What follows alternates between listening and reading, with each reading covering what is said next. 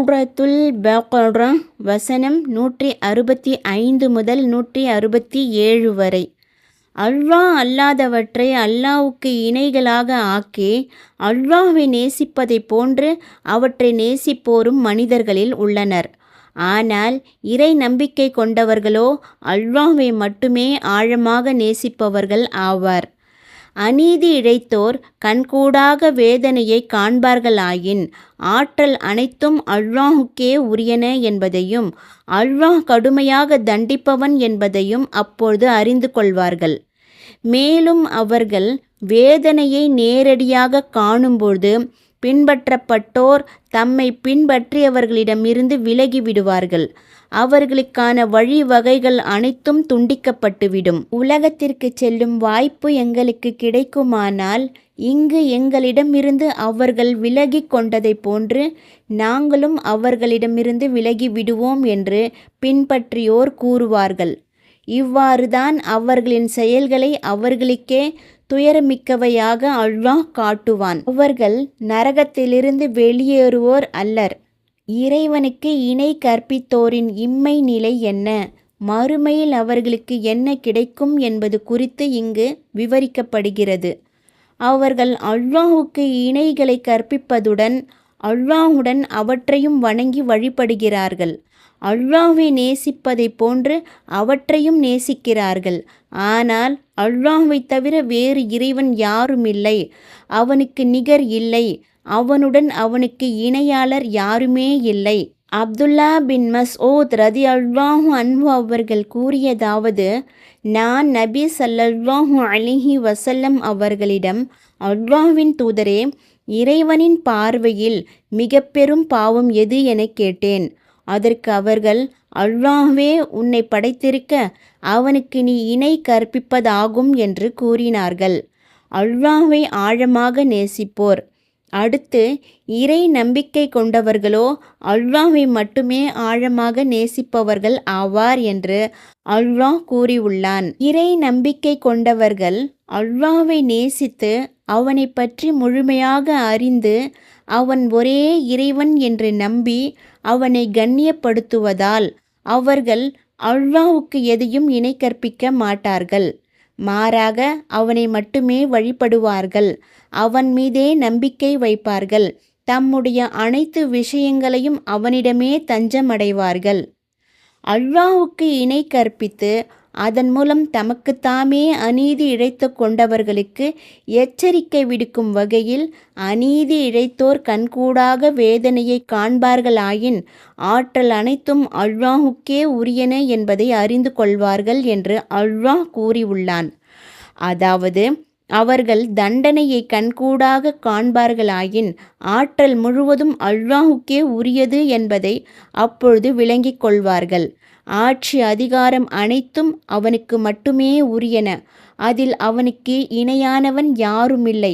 அகிலத்தில் உள்ள அனைத்தும் அல்லாஹ்வின் ஆதிக்கம், மேலாண்மை மற்றும் ஆளுமைக்கு கீழே உள்ளன என்பதை விளங்கிக் கொள்வார்கள். மேலும் அல்லாஹ் கடுமையாக தண்டிப்பவன் என்பதையும் அவர்கள் அறிந்து கொள்வார்கள். இதையே வேறொரு வசனத்தில், அந்நாளில் அவன் தண்டிப்பதைப் போன்று வேறு யாரும் தண்டிக்க முடியாது, அவன் கட்டுவதைப் போன்று யாரும் கட்டவும் முடியாது என்று அல்லாஹ் கூறியுள்ளான். ஆக இணை வைப்பாளர்கள் மறுமை நாளில் நேரடியாக காணப்போவதை அறிவார்களாயின் இறைவனுக்கு இணை கற்பித்தாலும் அவனை மறுத்தாலும் அவர்களுக்கு அங்கு நேரவிருக்கும் அதிபயங்கரமான நிலையை அறிவார்களாயின் இப்பொழுது இருந்து வரும் வழிகேட்டிலிருந்து அவர்கள் விலகிவிடுவார்கள். தொண்டர்களை கண்டு ஓடும் தலைவர்கள். பின்னர் அவர்கள் தம் கடவுள் சிலைகளை நிராகரிப்பது, தலைவர்கள் தம் தொண்டர்களிடமிருந்து விலகி விடுவது ஆகியவை பற்றி அடுத்த வசனத்தில் அல்லாஹ் எடுத்துரைக்கின்றான். அவர்கள் வேதனையை நேரடியாக காணும்போது பின்பற்றப்பட்டோர் தம்மை பின்பற்றியவர்களிடமிருந்து விலகி விடுவார்கள் என்கின்றான் அல்லாஹ். அதாவது எந்த வானவர்களை வழிபடுவதாக இணை வைப்பாளர்கள் கருதி கொண்டிருக்கின்றார்களோ அந்த வானவர்கள் அவர்களிடமிருந்து மறுமையில் விலகிவிடுவார்கள். அப்பொழுது வானவர்கள் கூறுவார்கள், இறைவா, நாங்கள் இவர்களிடமிருந்து விலகி உன் பக்கம் திரும்புகின்றோம். இவர்கள் எங்களை வழிபடவில்லை. இறைவா, நீ தூயவன், நீதான் எங்களின் பொறுப்பாளன். அவர்கள் இல்லை, மாறாக இவர்கள் ஜின்களை வழிபட்டு வந்தனர். இவர்களில் பெரும்பாலோர் அந்த ஜின்கள் மீதே நம்பிக்கை வைத்திருந்தனர். ஜின்களும் இணை வைப்பாளர்களிடம் இருந்து விலகிவிடுவார்கள். அவர்கள் தம்மை வழிபடவில்லை என்று கூறி கழன்று கொள்வார்கள். இதையே பின்வரும் வசனங்களில் அல்லாஹ் குறிப்பிடுகின்றான். மக்கள் மீண்டும் உயிரூட்டப்பட்டு ஒன்று திரட்டப்பட்டால் கடவுள்களாக கருதப்பட்ட அவர்கள் இவர்களுக்கு விரோதிகளாகி விடுவார்கள். இவர்கள் அவர்களை வணங்கியதையும் அவர்கள் மறுப்பார்கள். அவ்வாறில்லை, கடவுள்களாக கருதப்பட்ட அவர்கள் தங்களை இவர்கள் வணங்கியதை மறுத்து இவர்களுக்கு எதிராக திரும்பி விடுவார்கள். அடுத்து அவர்களுக்கான வழிவகைகள் அனைத்தும் துண்டிக்கப்பட்டு விடும் என்று அல்லாஹ் கூறியுள்ளான். அதாவது, அல்லாஹ்வின் வேதனையை அவர்கள் கண்கூடாக காணும் பொழுது அதிலிருந்து தப்புவதற்கான வழிகளும் தந்திரங்களும் அவர்களுக்கு இல்லாமல் போகும். நரகத்திலிருந்து தப்ப எந்த விதமான புகலிடமோ மாற்றிடமோ அவர்களுக்கு கிடைக்காது. அவர்களுக்கு வழி வகைகள் அனைத்தும் துண்டிக்கப்பட்டுவிடும் என்ற தொடருக்கு இப்னு அப்பாஸ் ரலியல்லாஹு அன்ஹு அவர்கள் விளக்கமளிக்கையில், அவர்களுக்கிடையே நட்புறவு அருந்துவிடும் என்று கூறினார்கள். 3வது வசனத்தில், உலகத்திற்கு திரும்பிச் செல்லும் வாய்ப்பு எங்களுக்கு கிடைத்தால் எங்களிடமிருந்து அவர்கள் விலகியதைப் போன்று நாங்களும் அவர்களிடமிருந்து விலகி விடுவோம் என்று பின்பற்றியோர் கூறுவார்கள் என்று அல்லாஹ் தெரிவித்துள்ளான்.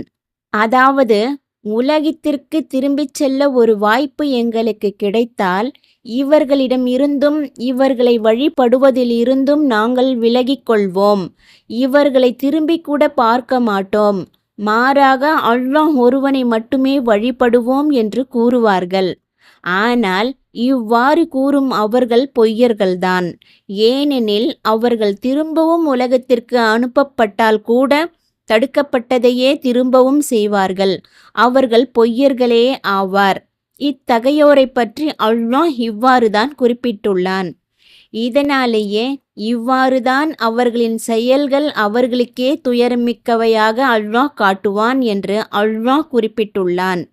அவர்கள் செய்த நற்செயல்கள் அனைத்தும் ஒன்றுமில்லாமல் போய்விடும் என்பது இதன் கருத்தாகும். இதையே அல்லாஹ் பின்வரும் வசனங்களில் குறிப்பிட்டுள்ளான். அவர்கள் செய்து வந்தவற்றின் பக்கம் நாம் வருவோம், அவற்றை பரட்டப்பட்ட தூசுகளாக ஆக்குவோம். தம் இறைவனை மறுத்தவர்களின் நற்செயல்கள் புயல் வீசும் நாளில் காற்று வேகமாக அடித்துச் சென்ற சாம்பலை போன்றவை ஆகும்.